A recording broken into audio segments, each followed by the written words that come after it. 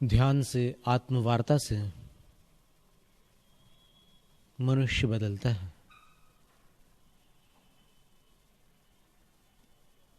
और जो हम पिछली बार बता रहे थे कि अंतर जगत इस बहिर जगत से भी बड़ा विशाल है, और जब अपन बहिर जगत में आ जाते हैं तो उसको भूल जाते हैं। और कभी कभी स्वप्न में जब अपन चले जाते हैं तो फिर एक अलग दुनिया दिखाई देती है।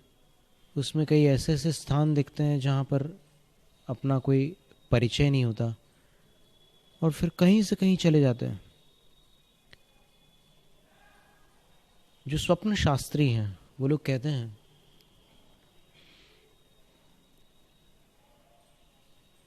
कि ड्रीम स्टेट में अल्फा और बीटा, इनको छोड़कर कभी कभी थीटा तरंगें भी आ जाती है। क्योंकि बीटा तो वेकिंग कॉन्शियसनेस यानी जागृति की तरंग होती है मस्तिष्क में, और अल्फा तरंग जो होती है प्रवेश की तरंग होती है। सोते समय जब आप निद्रा में प्रवेश कर रहे होते हैं उस समय जो अल्फा स्टेट होती है वो न जागृति है और न सुषुप्ति है, न ही वो सो रहा है न जाग रहा है।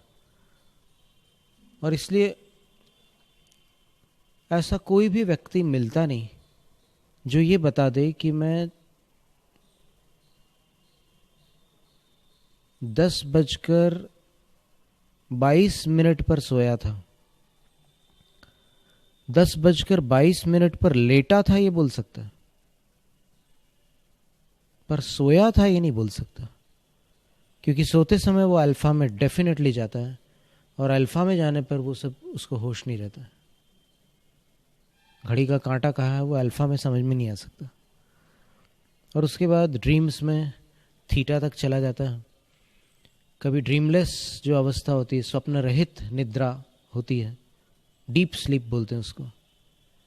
उसमें डीप स्लीप में अगर चला जाए तो डेल्टा तक के तरंगे आ जाती है उसके ब्रेन वेव्स की।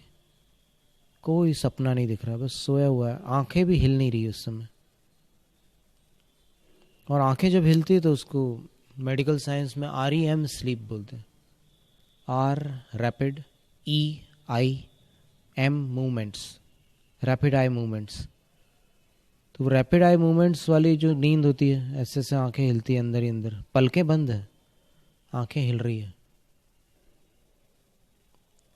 जब भी कोई इस प्रकार से सोया हो तो ये अनुमानित हो जाता है कि इस समय स्वप्न देख रहा है वो।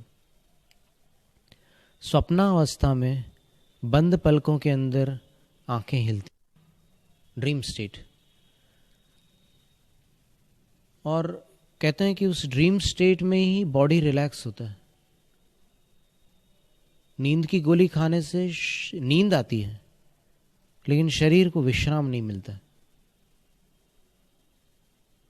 पड़ा हुआ है, बस सोया हुआ है दवा के असर से। लेकिन जो रिलैक्स्ड और एक अलग तरह की फीलिंग आती है, लाइटनेस वाली, सो जाते हैं तो एक ताजगी आती है ना उठते समय, वो नींद की गोली खा करके उठने के बाद नहीं आती,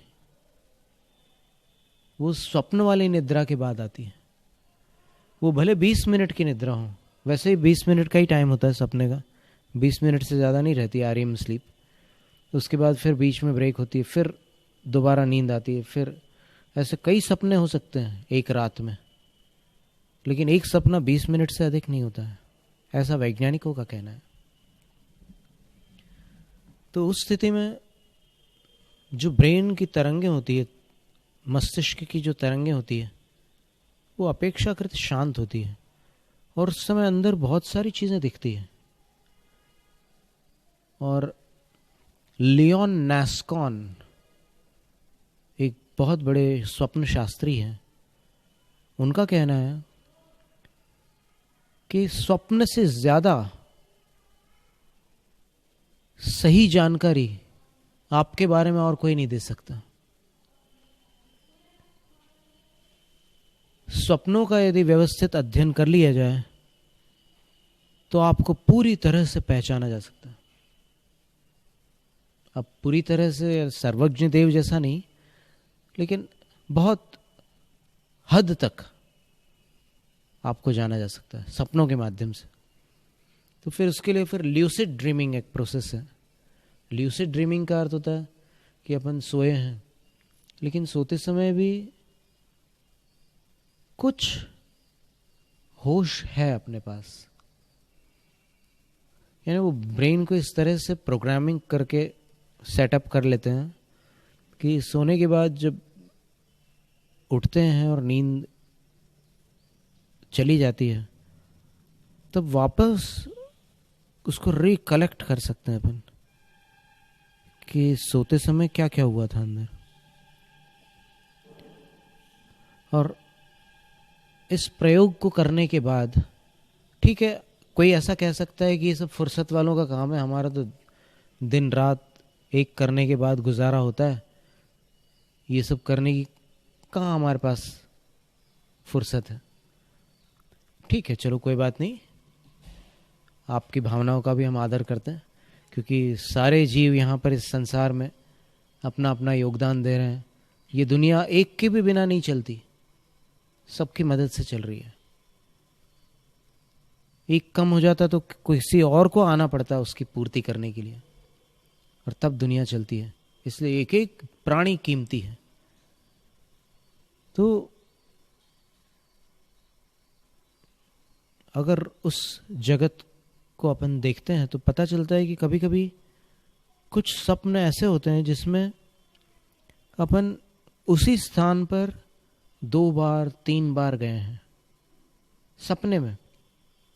यहाँ लाइफ में अपने को मालूम नहीं, वो स्थान कभी मिला नहीं है, लेकिन स्वप्न में अपन देखते हैं कि ऐसा कोई स्थान है जहाँ पर अपन 2-3 बार जा चुके हैं। कभी कभी ऐसा भी लगता है कि कई बार गए हम वहाँ पर, बिल्कुल जाना पहचाना स्थान है, और नींद खुलने के बाद कुछ याद ही नहीं रहता, बिल्कुल ख्याल ही नहीं रहता कि वो कौन सा स्थान है। पर जैसे ही सपना आता है तो फिर सारा चिर परिचित होता है स्थान। ये स्वप्नों का भी एक बड़ा अद्भुत जगत है। स्वप्न क्यों आते हैं, कैसे आते हैं, उस समय क्या चलता रहता है अपने अंदर। कई बार सपने में पसीना आ जाता है, कई बार सपने में चीख निकल आती है, कई बार सपने में रोने लग जाता है, कई बार सपने में हंसता भी है, कई बार दांत कटकटाता है, कई बार चलता भी है। अनेक प्रकार की चेष्टाएं होती है सपने में। ये सपना कोई मामूली चीज नहीं है। और उस समय अपनी चेतना क्या करती है, ये सारी बातें बड़ी रहस्यपूर्ण है। जैन सिद्धांत में द्वादशांग के अंदर स्वप्नों का भी स्थान है।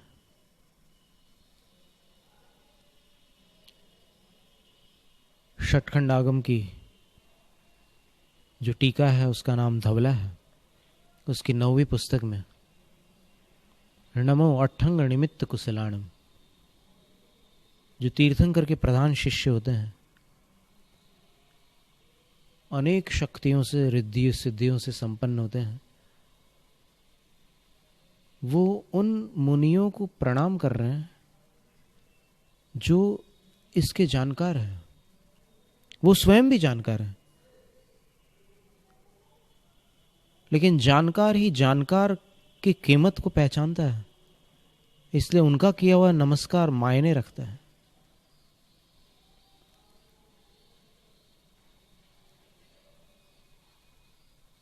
स्वप्न के माध्यम से बहुत कुछ जाना जा सकता है। तो उस समय अपन क्या कहते रहते हैं, अपने सपने में भी अपन शांत तो रहते नहीं, कभी कुछ ना कुछ चालू ही रहता है। कभी कभी जहां गए थे उन स्थानों पर वो आते हैं सपने में, कभी कभी जहां पर नहीं गए वहां भी चले जाते हैं। कभी कभी अपनी अतृप्त इच्छाओं की पूर्ति सपनों में हो जाती है। कभी अच्छे सपने आते हैं, कभी बुरे सपने आते हैं। कभी सपने में अपन पाप करते हैं, कभी सपने में अपन पुण्य कार्य कर लेते हैं, सत्कर्म कर लेते हैं। ये सब चलता रहता है। कई बार जीवन में जिस चीज का अवसर मिलता है वो तो सपने में आती नहीं, और जो अतृप्त इच्छाएं हैं अपनी, उनकी तृप्ति अपने को सपने में दृष्टिगोचर होती। बड़ा विशाल जगत है। नियॉन लियोन नास्कॉन, उस स्वप्न शास्त्री का नाम है, नेट पे सर्च करोगे तो तुरंत मिल जाएगा।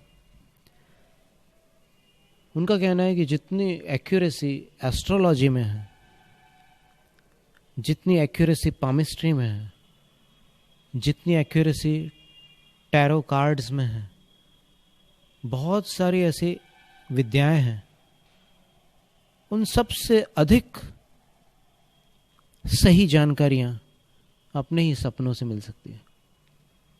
और इसीलिए ब्रह्मचर्य की एक रिद्धि होती है जिसका वर्णन मूलाचार प्रदीप में आता है कि उस रिद्धि को प्राप्त करने वाले जो साधु है, साधक है, तपस्वी हैं, उनके अंदर स्वप्न में भी वैसी निर्मलता बनी रहती है जो जागृति में वो बना के रखते हैं पुरुषार्थ करके। वो जब उनके अंदर वो पवित्रता एक सीमा को पार कर जाती है तब वो शक्ति प्रकट होती है। इस स्वप्न में भी उनके अंदर वो पवित्रता बनी रहती है। बहुत सारी परीक्षाएं हो सकती है, लेकिन वो ठीक है। एक ऐसे बगीचे पर उन्होंने ताला लगा दिया है जहां के फूल दिख तो रहे हैं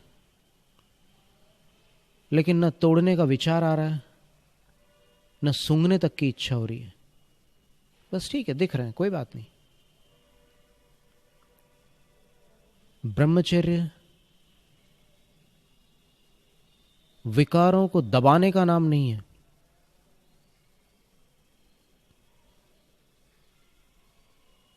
विकारों को पूरी तरह अपने होश में जागृति के साथ जाना कि मेरे अंदर ऐसी स्थिति में या ऐसी घटना देखकर या ऐसे चित्र देखकर या ऐसे गीत सुनकर या ऐसी आवाजें सुनकर कुछ इस तरह के विचार आते हैं। वो मेरा लक्ष्य नहीं है, लेकिन आ रहे हैं। अर्ज, अंग्रेजी में उसको अर्ज कहते हैं, आवेग।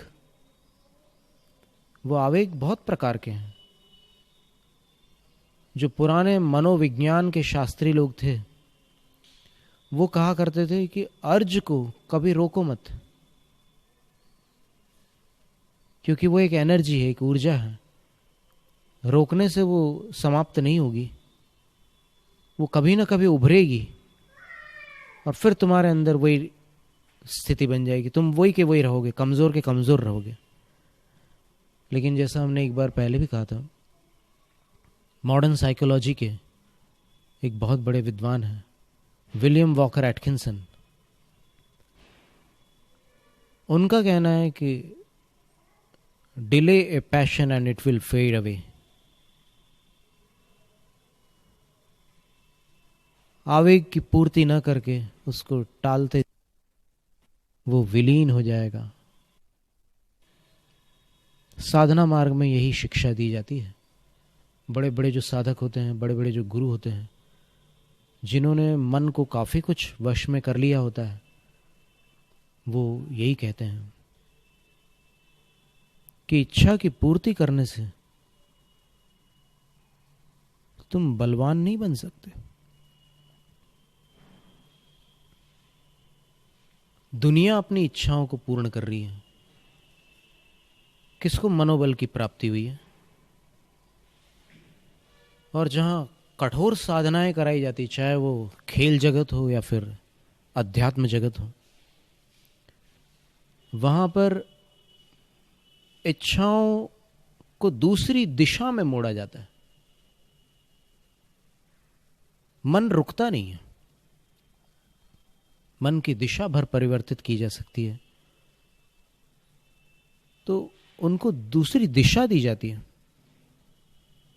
उन खिलाड़ियों को सब कुछ दिख रहा है कि कौन क्या कर रहा है, मेरा भाई क्या ठाठ कर रहा है, वो सब दिख रहा है उसको। लेकिन उसको ये कहा जाता है उसके कोच के द्वारा, गुरु के द्वारा, तुम्हें वक्त मिलेगा वो सब करने का, सब्र रखो, अभी लक्ष्य की ओर ध्यान दो। अगर तुम इधर रहकर उधर की सोचोगे तो उधर का तुम्हें मिलेगा नहीं, और उधर रहकर इधर की सोचोगे तो इधर का नहीं मिलेगा। अपनी शक्तियों को केंद्रित करके देखो। अगर ब्रह्मचर्य का अभ्यास करना है तो प्रारंभ करो 2 हफ्ते से, फिर 30 दिन का अभ्यास करके देख लो। और स्टुअर्ट सवाट्स्की ने जो 23 साल रिसर्च किया ब्रह्मचर्य पर, उसका कहना था कि हर इंसान को जीवन में 3 महीने का अभ्यास तो एक बार करके देखना ही चाहिए, और उसके बाद फिर 6 महीने का अभ्यास करके देख लो। और अगर आप इन चारों अभ्यासों में सफल हैं तो फिर आप क्वालिफाइड हो गए, आप मन के गुलाम नहीं रहे।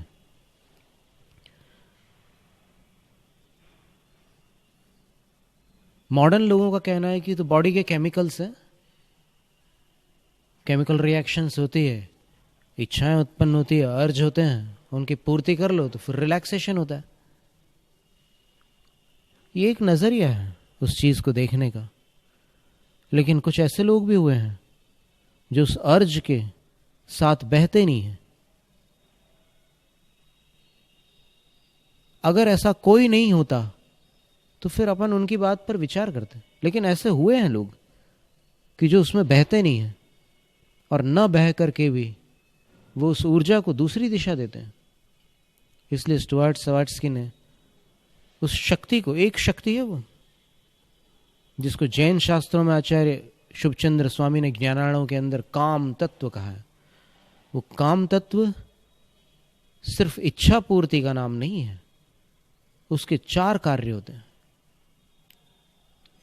प्रोक्रिएशन, संतानोत्पत्ति एक कार्य हुआ उसका।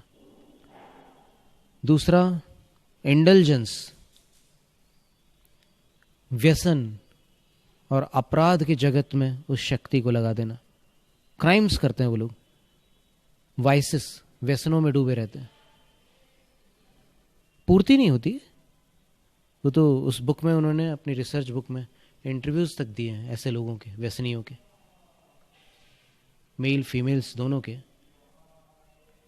बोलते कि ठीक है, बहुत लोग आते हैं, बहुत लोग जाते हैं, चल रही है जिंदगी। ये भाषा होती है उनकी, ये कोई तृप्ति की, आनंद की भाषा नहीं है।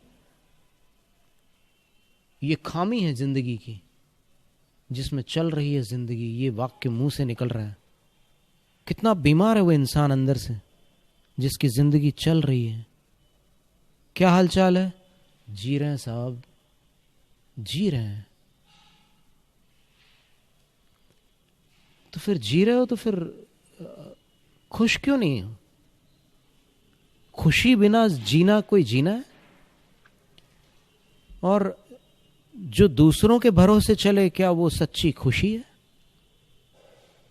ये सारे सवाल है। जीवन को संवारने के लिए इन सब चीजों का थोड़ा सा एनालाइजेशन जरूरी है, एनालिसिस जरूरी है, और उससे फिर अपन कुछ अलग दिशा में अपनी ऊर्जा को ले जाएं। एनर्जी तो अपने अंदर सबके पास है, बस उसको दिशा की जरूरत है, तो फिर चेंज आ जाता है। प्रोक्रिएशन, इंडल्जेंस, चाइल्ड प्ले, तीसरा जो उसका तरीका है वो उसी काम तत्व बच्चे लोगों के अंदर भी होता है वो, और वो चाइल्ड प्ले करते हैं, बड़ों की जैसी एक्टिंग करते हैं, और अलग अलग तरीके के बहुत सारी उनकी हरकतें रहती है बच्चों की, उसी शक्ति की वजह से करने वाली हरकतें वो करते हैं। और लास्ट जो है वो है ऊर्जा का ऊर्ध्वारोहण, सब्लिमेशन। उन्होंने बड़ा सुंदर शब्द रखा है, सब्लिमेशन, शांत कर देना उसको। और उस ऊर्जा के आवेग को शांत करने पर और उसकी दिशा बदलने पर वो ऊर्ध्वमुखी हो जाती है, ऊर्ध्वगामी हो जाती है। और ऊर्ध्वगामी होने पर इंद्रियों पर विजय और सारी चीज़ें होती है। उसी का नाम ब्रह्मचर्य है। जैनम जयतु शासनम, जैनम जयतु शासनम, जैनम जयतु शासनम।